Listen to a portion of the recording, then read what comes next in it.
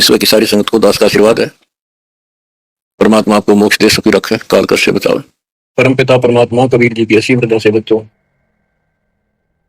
आपको अपने घर का ज्ञान हुआ, आत्म ज्ञान हुआ, परमात्मा ज्ञान हुआ। अब तक आत्म ज्ञान अधूरा और परमात्मा ज्ञान जीरो, ये रहा मानव समाज में। आज तक मानव समाज तत्व ज्ञान से ठीक से परिचित नहीं हो पाया, क्योंकि सूक्ष्म वेद पर विश्वास नहीं बना। सूक्ष्म वेद परमात्मा स्वयं मुकम्मल से आके बोलता है, जनसाधारण की भाषा प्रयोग करता है ताकि जनसाधारण ठीक से समझ सके। और काल ने वेद और गीता केवल एक भाषा संस्कृत में लिखवाई। संस्कृत का ज्ञान कुछ लोगों तक सीमित रहा, वो ब्रह्मा जी के वंशज थे जो पंडिताई करने लगे। पंडिताई यानी गुरुवाई। उनको संपूर्ण ज्ञान ना होने से और वेदों का भी ठीक ज्ञान ना होने से दंत कथा सुनाई जनता को। लोकवेद सुनाया। गीता अध्याय 15 श्लोक 18 में गीता ज्ञान देवता कहता है कि मैं लोक वेद के आधार से पुरुषोत्तम प्रसिद्ध हूं, क्योंकि मैं मेरे अंतर्गत जितने प्राणी हैं, देवता हैं, उनसे उत्तम हूं, श्रेष्ठ हूं, ताकतवर हूं। गीता अध्याय 15 श्लोक 17 में बता दिया, उत्तम पुरुष है तू, अन्य पुरुषोत्तम तो कोई और है जो परमात्मा कहलाता है, जो तीनों लोकों में प्रवेश करके सबका धारण पोषण करता है। वो अविनाशी भगवान है, अविनाशी परमेश्वर है। इन्होंने गीता को ठीक से नहीं समझा, वेद ठीक से नहीं समझे, और परमात्मा की कृपा हुई दास के ऊपर। पहले तो ये विश्वास नहीं बन पा रहा था कि कबीर वो दुलाहा, एक कवि, हैंड टू माउथ, एक निर्धन व्यक्ति और सुंदर जाति में रहने वाले, झोपड़ी में सारी उम्र बिताई, ये भगवान हो सकता है। कवि मानते थे, अच्छा कवि था, भगत था। इसके लिए मेरे लिए विश्वास का कारण बने संत गरीबदास जी, क्योंकि हमारे अंदर हर तरह की बीमारी अहंकार ठोक रखा है। जैसे नित्यानंद जी महाराज ब्राह्मण जाति में थे और 300 वर्ष पहले तहसीलदार थे। आज शायद डीसी की इतनी पावर नहीं होती जितनी उसमें तहसीलदार की होती थी, और इतना सम्मान होता था। राजाओं के राज जो बोल दिया फाइनल, कोई पद ही नहीं सुनता था। ब्राह्मण जाति एक नंबर की होती थी, सब नतमस्तक होते थे, राजा से लेकर रैयत तक सभी। छोटे से लेकर बड़े ब्राह्मण को सब दादा बोलते थे हमारे यहाँ। दादा मीन सम्मानित, बुजुर्ग, बड़े महान। तो इतना अहंकार था इस जाति में, हो जाना फिर स्वाभाविक होता है। नित्यानंद जी कहते हैं, ब्राह्मण कुल में जन्म था, मैं करता बहुत मरोड़, बड़ा गर्व था मेरे अंदर। गुरु गुमानी दास ने दिया को बदगढ़ तोड़। तो इसी प्रकार दास का जन्म जाट जाति में था, और इस कारण से कबीर साहब को एक दुल्हा होने के नाते, भगवान तो दूर की बात है, भगत भी स्वीकार्य नहीं था, कवि हो सकता। लेकिन संत गरीबदास जी जाट थे। जब दास का वहां जाना आना हुआ, हमारी रिश्तेदारी हुई, छोटा भाई का विवाह हुआ गांव छुड़ानी में, तो वहां देखा, उन लोगों से सुना कैसे भगवान आकर मिले थे गरीबदास जी को।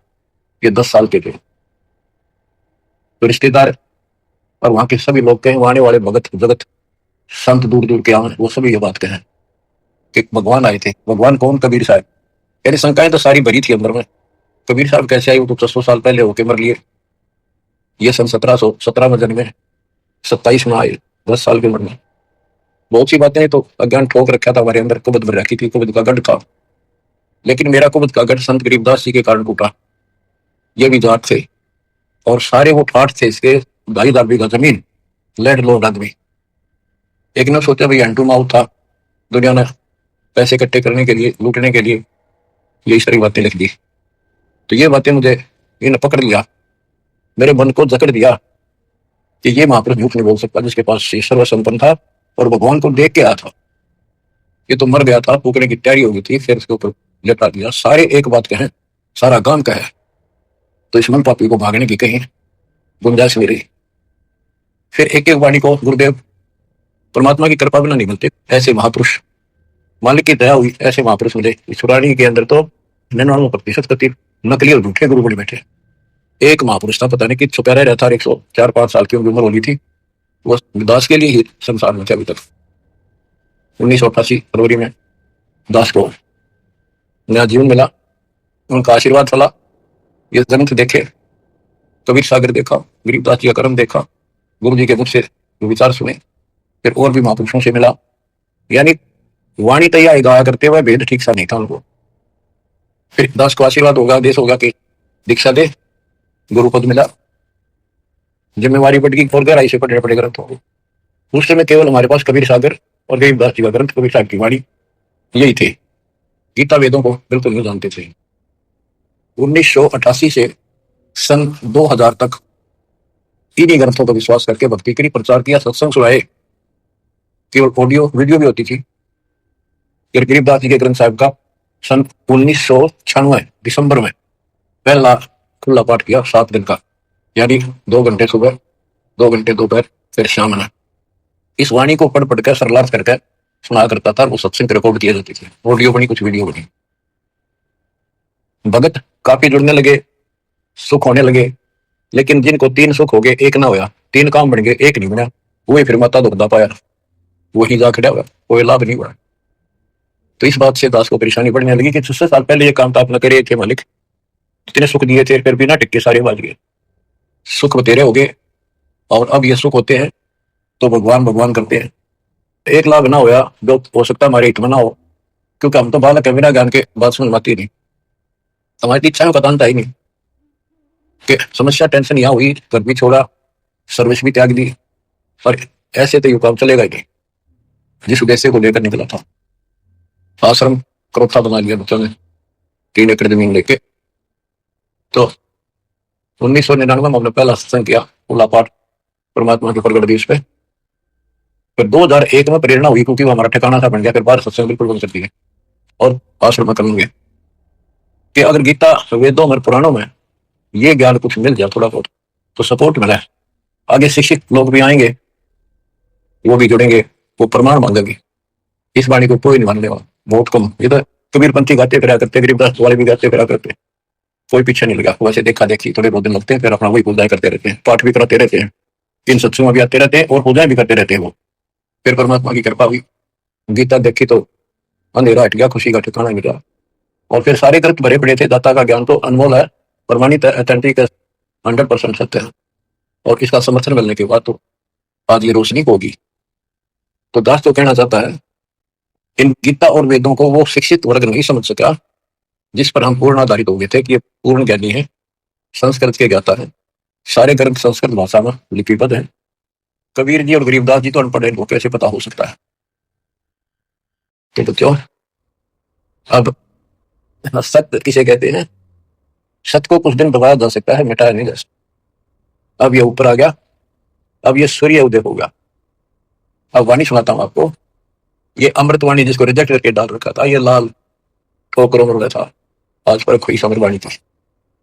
सब गीता का मूल है, राई झूम करो, सुख समवेद समूल सुनो, राई झूम करो, तत्व ज्ञान कोई ना कहे, राई झूम करो, ये पैसे ऊपर नाच सुनो, राई झूम करो, कोई टूम दे कोई नहीं है, झूम करो, अरबों में कोई दर्क सुनो, राई झूम करो, नादी बादी लंपटी, राई झूम करो, काम करो दे पूर सुनो, राई झूम करो, लालच नीच नकीर है, राई झूम करो, जिनसे साईं दूर सुनो, राई झूम करो, तत्व ज्ञान नहीं सुखदेव कहा, राई झूम करो, नहीं विश्वामित्र वासिष्ठ सुनो, राई झूम करो, करुणा में वाल्मीकि को कहा, राई झूम करो, खुली दृष्टि का दृष्टि सुनो, राई झूम करो, लालच नीच नकीब है, राई झूम करो, ये पैसे ऊपर नाच सुनो, राई झूम करो।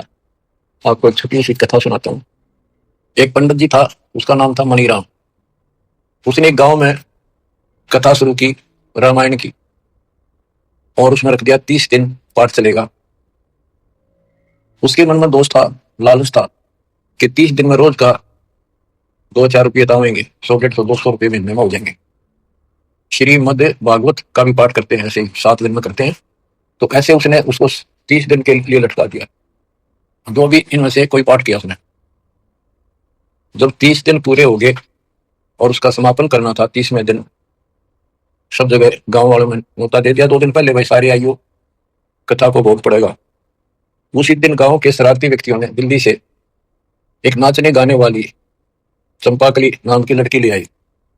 उसी दिन उसी समय उसका वहां सांग करा दिया और उधर से उसकी कथा का भोग पड़ा। मनीराम का तो 30 दिन में 30 रुपये आए और चंपा के लिए 2 घंटे में 500 रुपये लेकर चली गई। अब मनीराम को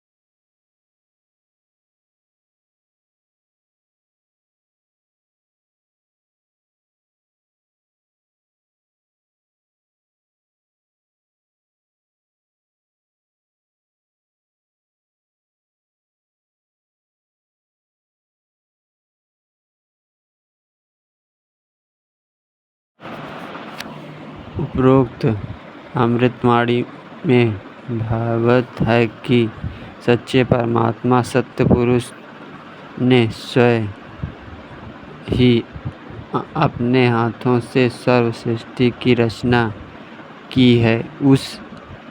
उसी ने अखंड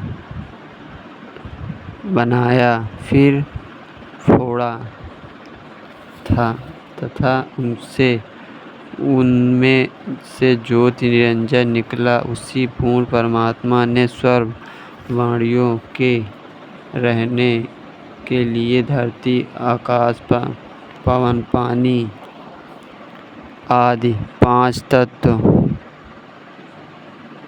बनाए हैं।